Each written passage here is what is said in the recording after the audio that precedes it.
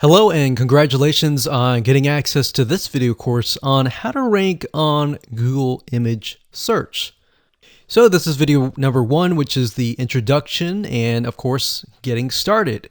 So before we get started, I want to kind of briefly go over a few things to make sure that we are on the same page.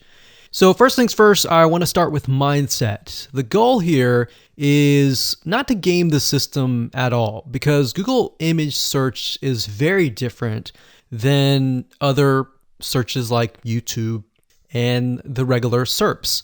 And the reason why is because you're going to have an image that's going to show up on the Google image search. And with that in mind, people are going to click on the ones that best fits that keyword. So you want to make sure that you have a high quality image that attracts a certain type of person.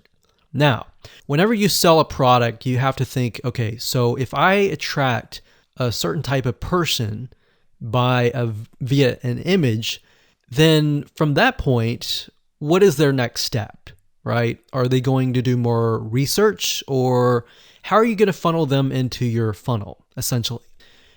So before you can do any of that, you really need to put yourself in your prospect's shoes. They all have different reasons from buying from you. So your goal is to try to understand what they are. Can you do that? So now what I want to do is talk about the video course itself, kind of give you a quick overview of the course itself.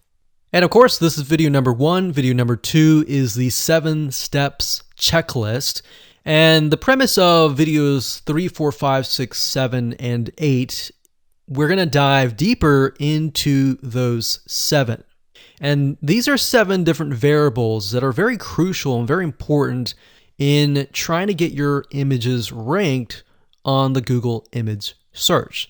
Now, this is not an exact 100% guarantee system, but this is just based on what we have seen and over the years.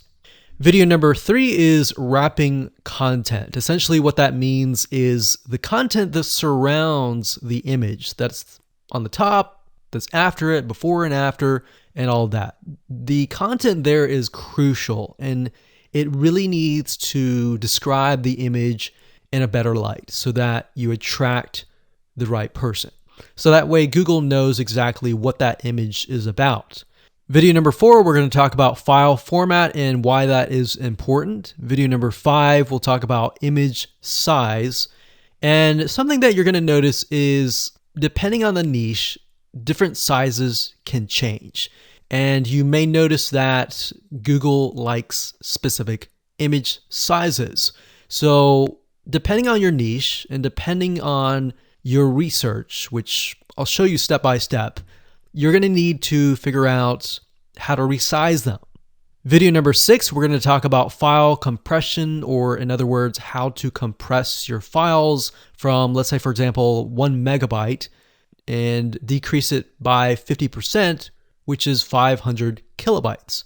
So the goal here is to decrease or compress the size of the image without losing too much of the quality of the image, so that it can run faster when your visitors actually visit your site. Video number 7, we'll talk about file names, why that's important. Video number 8, we'll talk about alt tags, which appear in the source code of your website. And that also tells Google what your image is all about. So there's a lot of different variables here, and a lot of times most people just focus simply on video 8, which is the alt tag. And as you can see, it's much more than that. And of course, last but not least, once you have learned all of these steps, we can talk about how to automate the process, how to speed things up with pieces of software. Now, I don't want you to skip to video number 9 straight away, because if you don't understand videos 1 through 8, then you're going to miss the point. And if things change, then you won't be as successful. So make sure you go through this course on a step-by-step process. And of course, you're going to need to have access to your product or service. You're going to have to get an idea of who your customers are, what they want, how that specific image is going to attract them to make the next decision and take the next step. So really think along as we go through this course, how your images will communicate to your customers, but how your customers will take the next step, and the next step after that, and the next step after that. All right, so with that said, let's move on to video number 2.